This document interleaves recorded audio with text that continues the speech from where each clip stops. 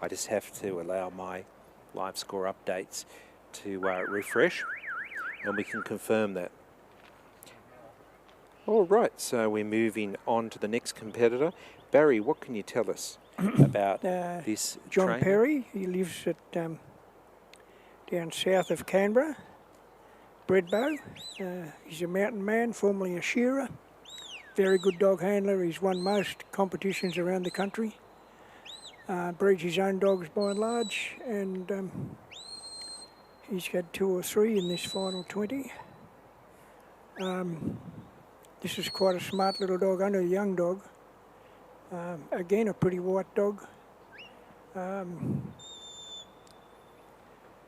You'll notice that the dog doesn't get close to the sheep. He balances off, and they can steer sheep and make sheep move from 10 yards away.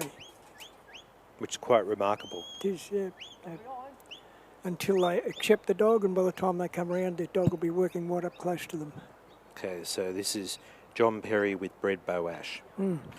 Bredbo Ash was the winner of the National last year? Yes. Yes. Yes. Here to defend his title. Right. And how do you reckon he started off? His first score was 88? 88, yep.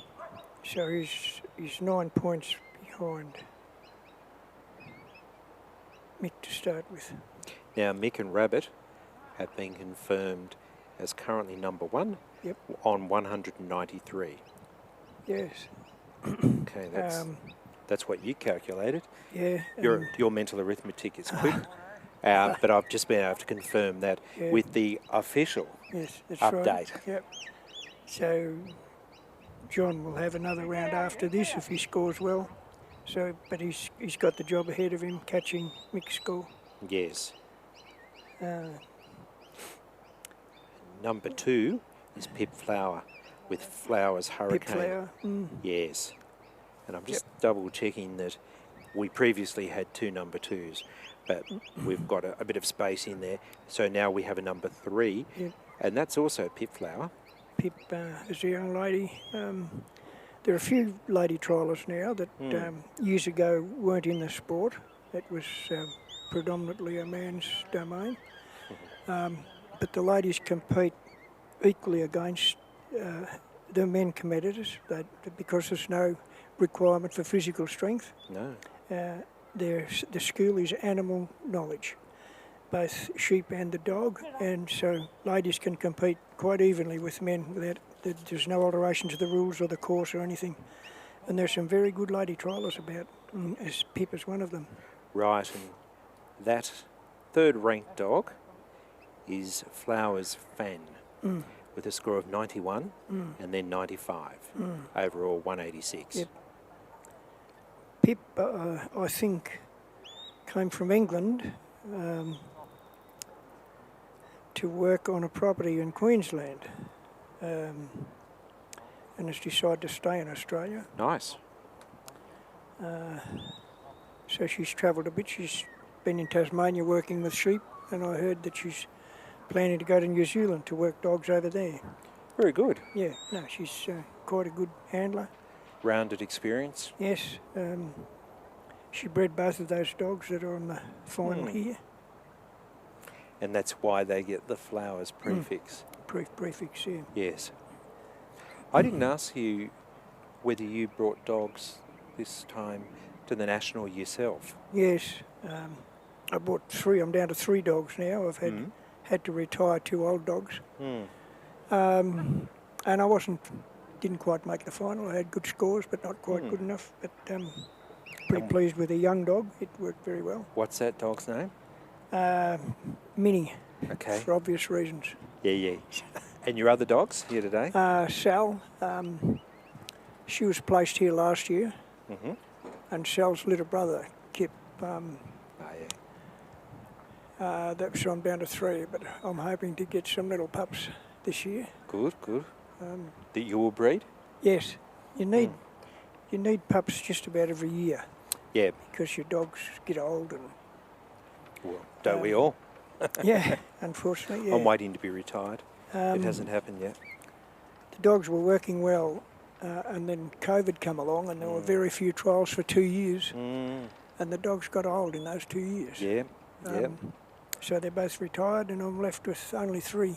But I'm still vitally involved, judging, and it's a great sport. You know, everyone is involved, has got something in common, because we're all animal people for starters, Yes. and it's a great sport. Well, I very much enjoy being involved from this perspective. Yep. And I've learned a great deal, and I find the trialling community very welcoming, very embracing. Yeah. I have a couple of small dogs. One is a pug cross, the other one is a Tenterfield Terrier. Right. Little fox terrier. Yeah, yeah. Like it, yeah. Dogettes, I'm told. And I've been telling them the last 2 mornings that I'm tempted to bring them out to the showground and let them see some real dogs working, you know. These dogs wouldn't be able to catch mice like they could. Absolutely not. I'm not going to go into too much detail, but that one with the Jack Russell in him, the Tenterfield Terrier, Yeah. if there's a rat, he's going to find that, Yeah. and that rat's got a very short life expectancy from yeah. that point onwards. Yeah. It's just the instinct. He's got the most timid personality, and yet when he sees the rat, he knows what he's got to do. Then he gets all apologetic. You know, I didn't mean to do that. It's kind of no. That's good, Toby. That's what you should be doing. But the point you make there about that dog with catching rats, it's just his task in life. Yeah. So Yeah. with these sheepdogs, he's born with that genetic ability Yep.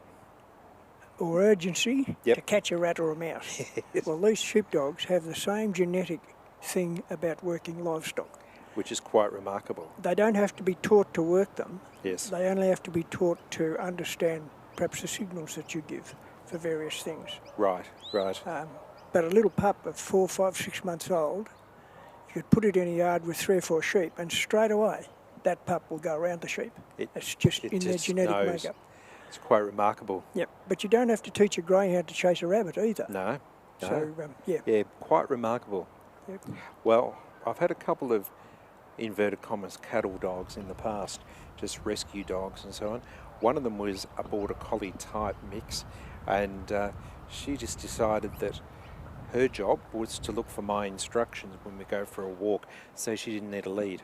So it was all about my hand instructions to run off, come back, stop for the traffic, and she took no training, she trained herself. Yep. The other one that I had was a Kelpie, and she would likewise look for direction and instruction, just for working around traffic and so on.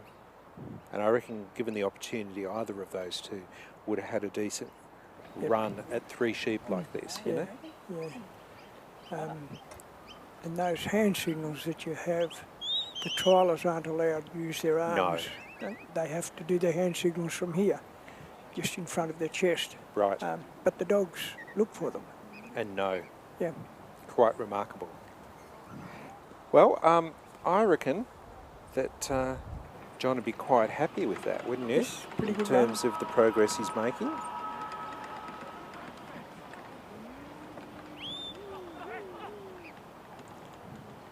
I haven't been watching his time, but I think, Barry, that he would have time on his side, wouldn't he? I think so. He hasn't had any hold-ups. So, defending champion Ash is doing a very fine job. Yeah. The 15 minutes, when you think you've only got to walk around that course, you'd think it was stacks of time. But it passes. I bet. And if you're having trouble, my God, it takes a long time to get rid of that. I bet it does. You're all the time wishing the damn bell would ring. You feel a bit under the spotlight. Yeah. And so does your little dog, eh?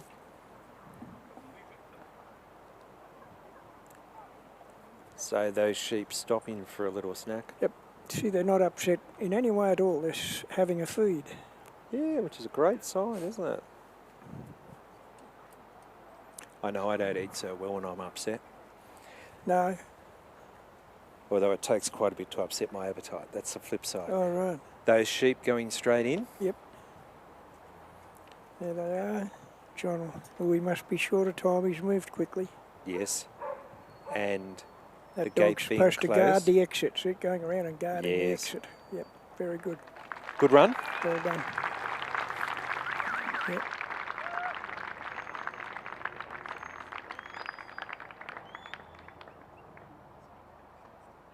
Well done, Mr. Perry. So John Perry out on the ground now with Bredbo Ash. John was the winner here at the National last year with this little dog. Correct me if I'm wrong, but I'm sure Ash was the champion here last year. I'll give you John's score as soon as it comes to hand.